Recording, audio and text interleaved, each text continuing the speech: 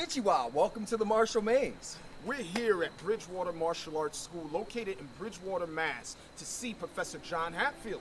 Now, for those that don't know, Professor Hatfield began his martial arts training at the ripe old age of 9 years old in Chinese Kempo. He's been a martial arts practitioner for well over 48 years. A military veteran, he is also trained in martial arts of boxing and kickboxing. Yo, we're excited to see what he has for us, so like usual, let's get to it. And you're watching Modern Combatives.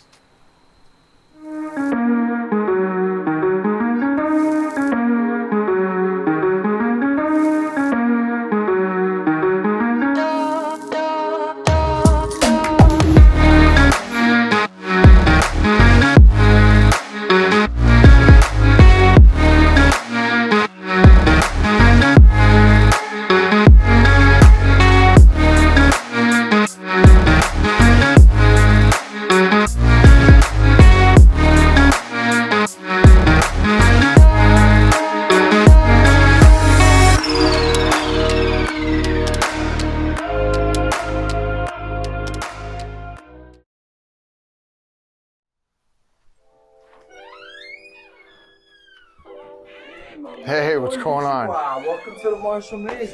Hey, Thank you, sir. Good to see you. What's happening? Yes, man. Awesome. Honored to have you here. I began my martial journey in 1973. I bowed into my first dojo in June of 1973, Holbrook, Massachusetts. Sensei Fredericks had a dojo in his basement.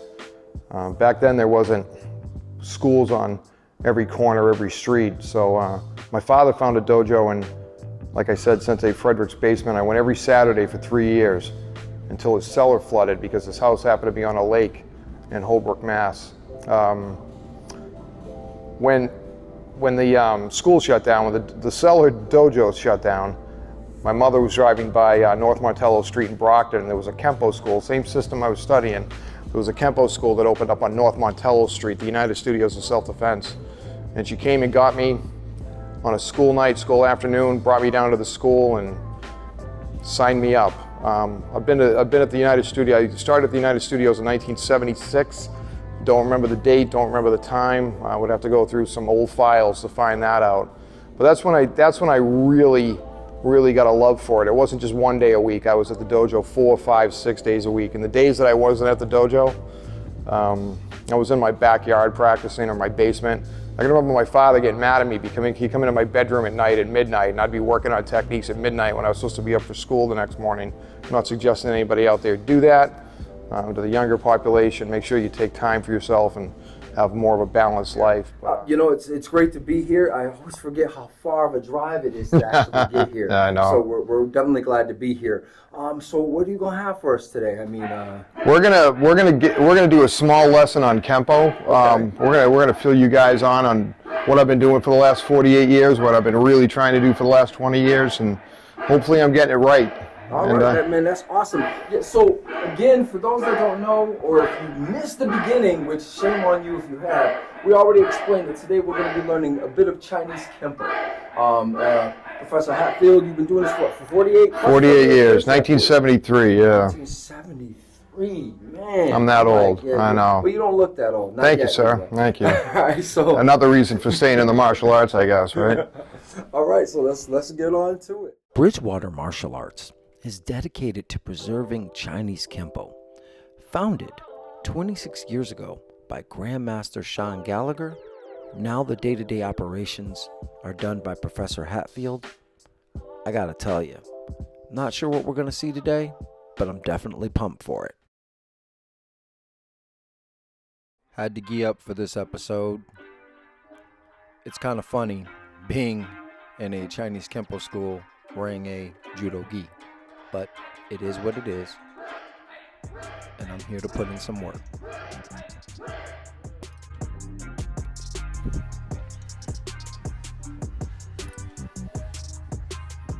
I feel like I can't say this enough.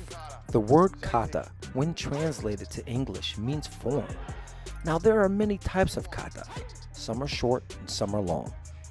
In this school, what we are seeing right now are the movements that teach functional attributes and principles, with the examples that will be demonstrated through practical application. If you study a Japanese art like karate, you probably know this as bunkai.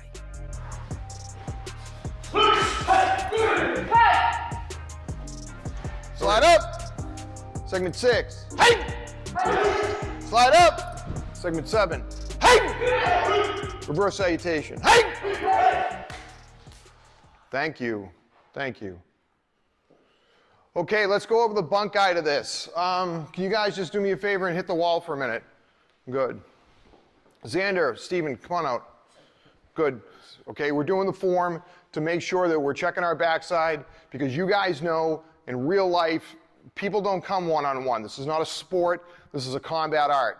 So we're going to be going over the bunkai real quick. So these guys, the easiest thing about teaching bunkai is going back to the earlier combinations. In Kempo, we're humble.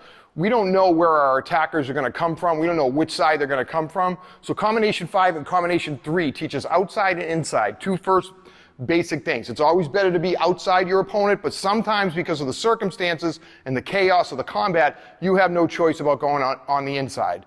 So for instance, format, right? Curriculum. Combination number 5. You end up getting caught on the inside of somebody, and you have to strike and get rid of their eyes first thing. Okay, first block, obviously, the block is a butterfly block with foot movement, which takes my body out of the line of sight of the punch. Hey! But right from here, I can't land a big strike or end her life or whatever without taking her eyes out of play. If I take her eyes out of play, then she can't see me, she can't see what I'm doing. She's probably gonna retaliate with the left hand. Go. And that's where she gets hit with the kick coming in. There's the power strike. Do you guys understand? Okay, that's inside. Outside, combination 3, which you guys just did. Hey! You're gonna step to the outside of the punch, which is a perfect place to be, but we're not always given perfect circumstances, are we? There's the strike to the lower extremities, which gets her off balance, which lines her up for the strike to the face, which once again gets rid of the line of sight of her eyes. This allows me to take her down and once again end her life with the power strike from the rear. You guys understand how that works? Good. Stand up. Good. Tristan's gonna punch for Kayla. This is what we're gonna do. We're gonna walk through the combination and I'm gonna explain what we're doing. Ready? Hey! She's moving her feet and blocking. She's gonna strike with the front, the closest strike that she has to Tristan, which is gonna remove his eyes. That's gonna allow her to use the larger strike, slide up, side kick, and end Tristan's life. Okay, do you guys understand that? First injure, and then buy your time, and then use your major strike to affect the technique.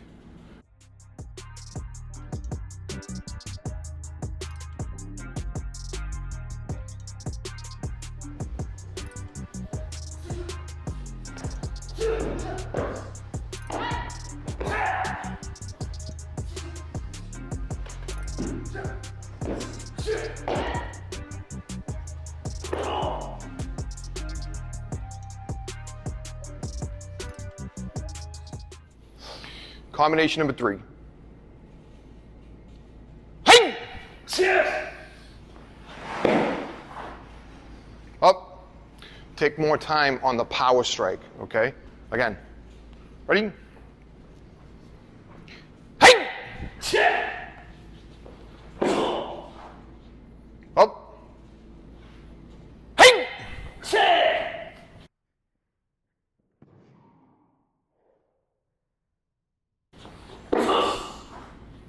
So think of the traditional curriculum that we teach here as the actual exercise that brings you to the practical application of combat.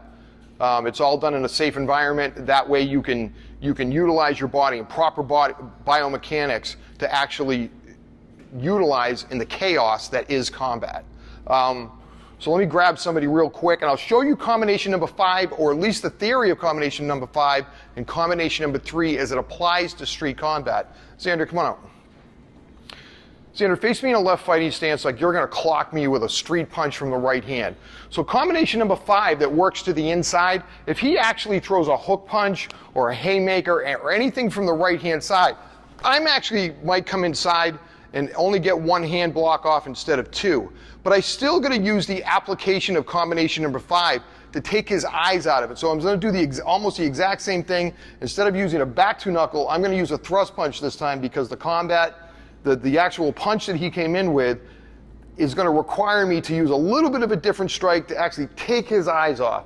Now, as I slide back, just because of the angle that I'm at, I'm not going to use the side kick with my front foot. He's going to try at this point to hit me with the rear hand, and I'm going to deliver a front kick. But it's still the same combat application. It's still combination number 5. It's still teaching me the principles. The principles are, number 1, I got to take my body mass out. I got to affect the block. I got to take his eyes out. I got to take his eyes out with a minor strike, something that just busts him in the nose and gets his eyes watering. But it isn't over. I have to either hurt this person or disable this person. With a minor strike, he's probably going to retaliate with a major strike, which is going to allow me to throw a greater strike with the rear, or in the case of the actual curriculum of combination number 5, a side kick from the front foot. Either way, I'm going from block to minor strike, which buys me time, to a major strike, which disables the opponent. That is combination number 5, just in a different scenario. Looking at this one more time, paying careful attention to the principles that are being applied. We'll see this again in real time. At this time, Uki, me, made an attempt to grab.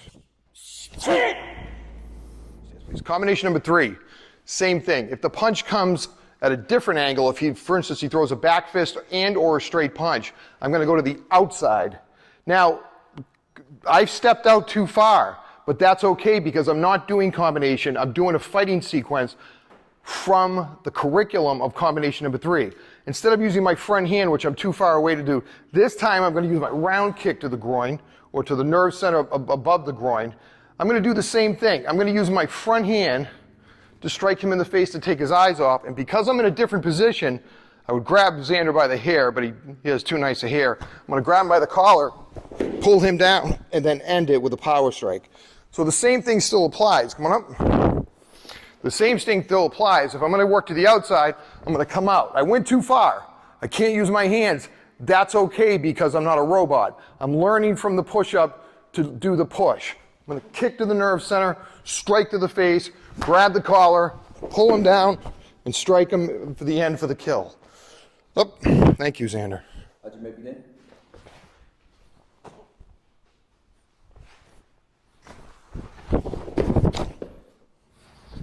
Note, whether it be by leg strike or by punch, the principle still the same. Either way, what we practice in combination number 3 was stepping to the outside and using ourselves to the outside, which is perfect position to be in. As I moved to the outside for the punch, in the application that I did first was the round ball kick to the inside of the nerve center. There's a nerve center right to the inside of the groin, right below the hip. That is actually going to interrupt the signal to his leg, which is going to off-balance him, and he'll lose function of his leg. I still have to take the eyes away at this point. If I don't take the eyes away, he's not going to let me do a major strike. If you can't see what I'm doing, the punch that hurts you the most is the one you didn't see coming. Is going to allow me to come down and finish Xander. Now, the application to this works both with the round ball kick and with the hand strike. So same thing. I'm going to come to the inside. I'm going to strike the nerve center, disrupting his stance by taking the signal away to his leg. Same thing. I'm going to strike the temple, and now I'm going to do the same thing. I'm going to bring Xander down and end his life. Quick strike, off balance, finish. Quick strike, off balance, finish. Nobody lets you hit them with a major strike from Jump Street. So the principles, real quick, same thing. This time you're going to the inside. So think about this as an advanced combination 5. It's combination 20 now. So you're still going to the inside, but you're going to affect a strike. You're actually taking a quick strike. You're taking the closest striking element you have, which is now your hand. You're striking the collarbone, but that is doing a combination thing. You're doing a quick strike to buy yourself time to take the person out with a power strike when they're on which is the shootout of the throat on the final strike. But this is twofold because it's an advanced technique. Now you're doing a quick strike, which of course buys you the time, right? Which buys you the time for the major strike, because nobody just lets you hit them with a big punch. unless they're blind, right? You're off balancing them, and then by that right, you're taking their eyes off of you, so you can hit them with a shoot over the throat. Do you guys understand that? Hey! Good. The first strike, the thrust punch to the face, takes their eyes off. The last strike is a shoot over to the throat. I don't have to tell you what that does. Get up, do it again. Combination number 20. Ready? Hey! Up. You guys see the effectiveness of the quick strike, which off balances the person, which allows you to take them down to the ground, which allows you to finish them. And I keep saying kill, but it might not necessarily be a kill. It just may be a finishing strike that keeps them away from you. Ready? Hey! Nice job, ladies and gentlemen. Up. Hey!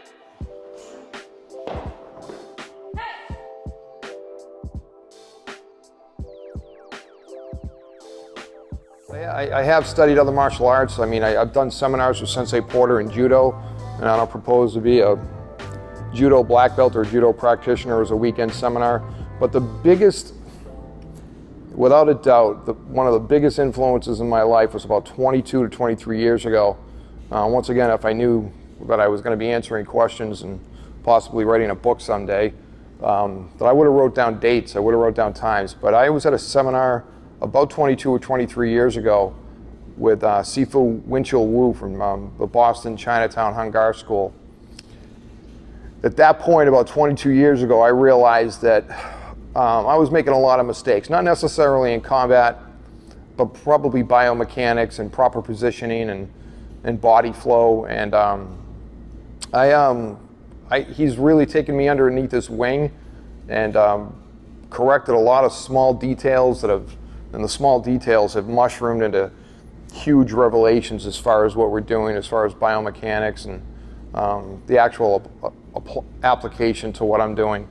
The really wonderful thing about Winchell Wu, Sifu Wu, is that he didn't ask me to throw away my Kempo because there's truth in my Kempo. It's just the truth in my Kempo happens to be 500, 700, 800 years ago to its roots in China. So when I started improving my Kempo through his teachings and quite frankly, a lot of his teachings were over lunch. It was just conversation, but I started really taking an in-depth look at what I was doing. Myself and my instructor, Grandmaster Gallagher, we were humble enough to, even after decades of studying, we were humble enough to recognize.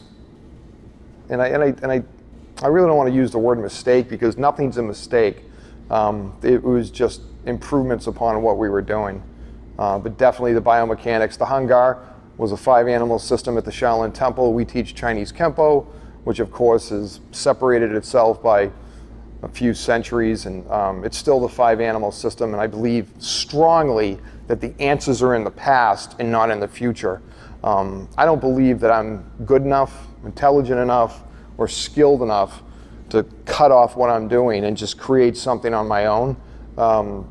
My philosophy was, and I use this term a lot, reverse engineering. I take what I'm doing and I try to go back in time instead of forward in time. I strongly believe that the people before us were better at this than the people that we are today. And that's where I'm trying to go. I'm trying to go back in time and not forward in time. I wish I had a time machine so I could be even more accurate, but I try to think of that little person in southern China or Okinawa or wherever they happen to be at South Korea that literally had to walk out their front door every day and make it home. They defended their life more than we ever will. I mean, they were perpetually in a defensive posture, mentally and physically and culturally, more than we ever will be. They proved that it worked, and I'm a strong believer in that the systems that exist today, whether it be Kempo, Shotokan, Hangar, Shorin-ryu, just to mention a few, I don't want to leave anybody out. The fact that they're here today is because somebody survived centuries ago to teach and the lineage kept going. Everybody keeps asking, why is lineage important? Well, that's the reason why lineage is important. Lineage is important because the people before you made improvements on your technique or your martial thought constantly, and the people before them did that, and the people before them did that. But my improvement comes from making sure that my base and my foundation is solid, making sure that the lessons that were taught centuries ago, biomechanics, positioning, just the application that I taught here, as far as the minor strikes and the off balance leading to the opponent being disabled. I just feel strongly about that, and I always will. Nobody will convince me otherwise. So the reason why the horse stance at the beginning for the curriculum is just that. It's an even plane. It allows me to move left, right, back, forth. Once again, I'm getting attacked by somebody. It may be a surprise. This is a complete even plane. So if you watch us earlier do combination 5 and combination number 3, 5 went to the inside, 3 went to the outside. This allows me to move in any direction based on my opponent's attack. If I was in a fighting stance, right side forward or left side forward, it would limit my where I could go. Now, obviously, combat, my opponent dictates what I do. So for the curriculum, for the even plane aspect of this, I'm gonna be in just a flat out horse stance with my 12 facing his 12, facing his attack. I'm defending myself, I'm not attacking, therefore I was more than likely caught off guard. So we're gonna do combination number 20, we're gonna do the curriculum combination 20 from a horse stance and from an attack from the rear hand with a right hand from a half moon stance. I'm gonna move to the inside, just like 5, this is an advanced 5. Hey! I'm gonna execute a shudo block to the inside of the arm, simultaneously striking the collarbone. This will automatically off balance a person. We got a 2-in-1 here. Before we struck the eyes or struck the groin and off balance the person. This time I'm using a quick strike to do both, to create pain, to off balance his mind, and to off balance his body at the same time. This effectively puts his shoulders over his hips, which allows me an easy takedown. So now I can come behind him, scoop his leg. Now, once again, I'm gonna hit him with a power strike, but I have to take his eyes away. If I go to hit him with a power strike, he'll block. If I take his eyes away and he doesn't know what I'm doing, he won't block. Guys understand that? Okay, good. Now, combat reality. Let's say that I'm right foot in front and I'm facing this way at a train station.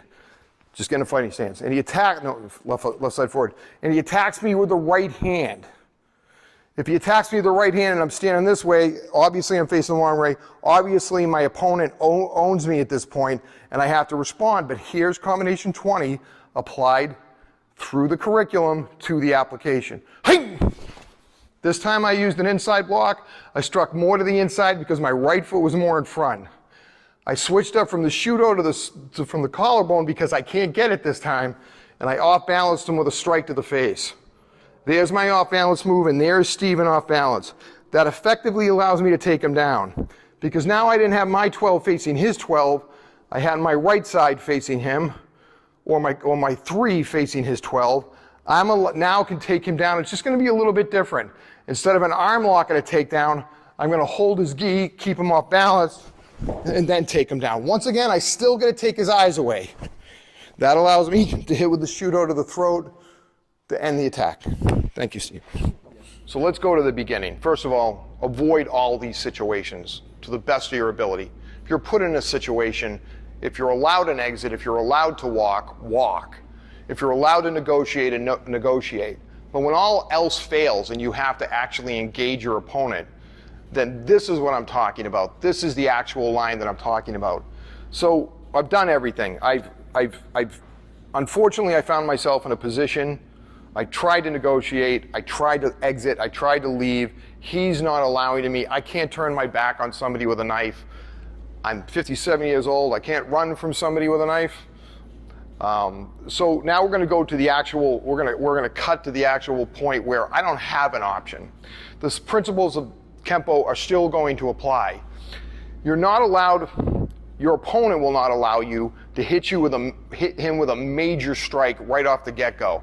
If I try to hit him with a major strike where he has a knife that's used for pain, then I'm going to get hit several times with this knife before I get off a major strike. So I have to go to a minor strike. If you saw earlier in the combinations, we always hit with a minor strike before we off balanced, before we disabled or took our opponent out.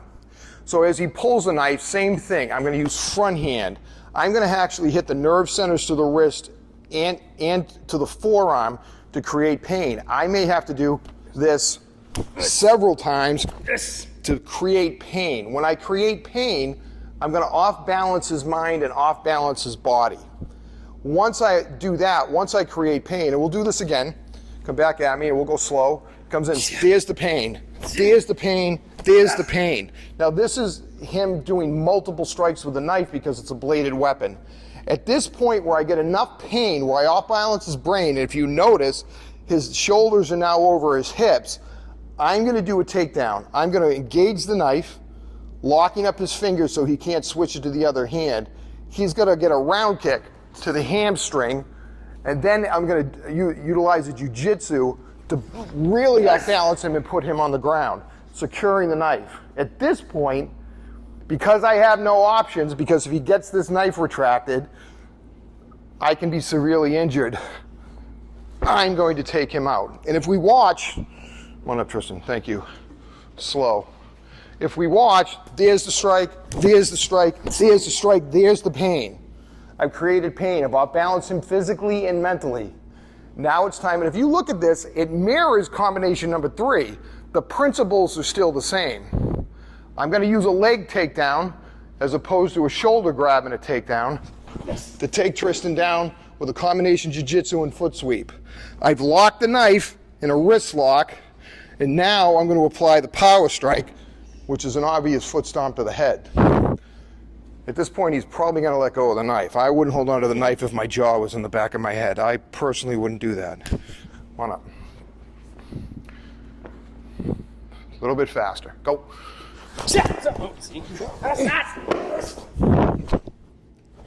And if you notice, on the second quick strike, because we're going a little bit faster, the pain that I inflicted actually got him to release the knife, and his hand's shaking a little bit. I apologize for that. And that's the principles of Kempo applied to weapons, to at least knife. All right, my man. Thank you. Whoa, thank you. We had a great time. Yes, we did. You gave us a whole lot of nuggets and things for us to think about. So I know we opened on saying that we were in Bridgewater, and this is Bridgewater Martial Arts. Is there any other way folks can find you? And don't address it to me. Just it's to fine. Those other folks out there. BridgewaterMartialArts.com is the website, or you can email me at Bridgewater, the town, one word, capital M as in Michael, capital A as an Adam, at Comcast.net. So BridgewaterMA@Comcast.net. Or give me a phone call, 508-697-4947. Love to hear from everybody. All right. All right, so I'm with my partner in crime, Barakula Shidoshi. And I'm with my partner in crime here, Israel Lopez Sensei. You've been watching Modern Combatives. Yes. Thank you. Next week on Modern Combatives, we travel to the Tenrai Dojo to get together with Budo Taijutsu practitioner Barakula Shidoshi. Finally, we're indoors, we're outdoors. This episode has it all, and you definitely don't want to miss it. It's also the second to the last for season 1. Man, why do all good things seem to have to come to an end? Well, see you next week.